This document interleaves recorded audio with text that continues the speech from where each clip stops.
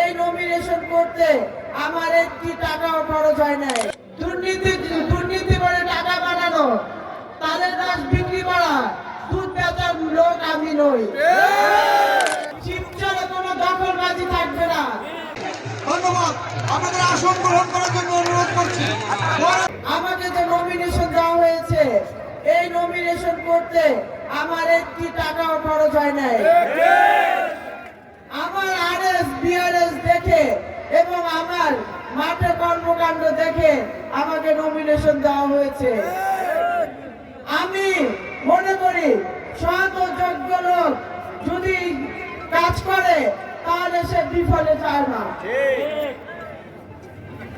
আল্লাহ আমাকে এই নমিনেশন দিয়েছে আপনাদের জন্য, আপনাদের সেবা করার জন্য। আমাকে আমার পরিবার যে সেবা করে আসছে তার ধারাবাহিকতা রক্ষা করার জন্য আমাকে বাংলাদেশ জাতীয়তাবাদী দল থেকে নমিনেশন দেওয়া হয়। আমি আপনাদের পাশে আছি, আপনাদের পাশে থাকবো সবসময় ইনশাআল্লাহ।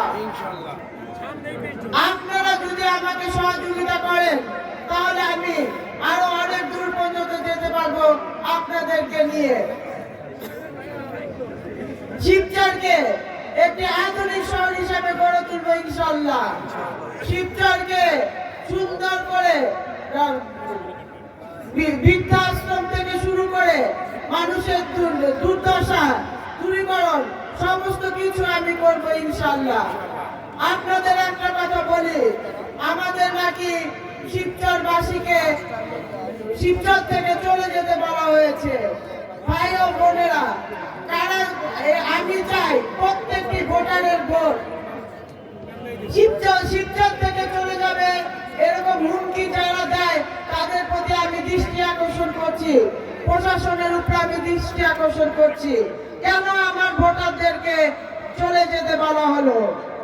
প্রত্যেকে আমার ভোটার, হিন্দু, খ্রিস্টান, বৌদ্ধ, রাজনীতি করে যারা, প্রত্যেকে আমার ভোটার। এই ভোটার প্রত্যেকের ভোট আমি চাই। আমি চাই শিবচরের ভোটাররা সুষ্ঠুভাবে ভোট দিতে পারুক এবং সবার আত্মীয় স্বজন থেকে শুরু করে প্রতিবেশী সবাইকে আপনারা বলবেন 12 তারিখ সারাদিন তারা যেন ভোট দিতে যায়।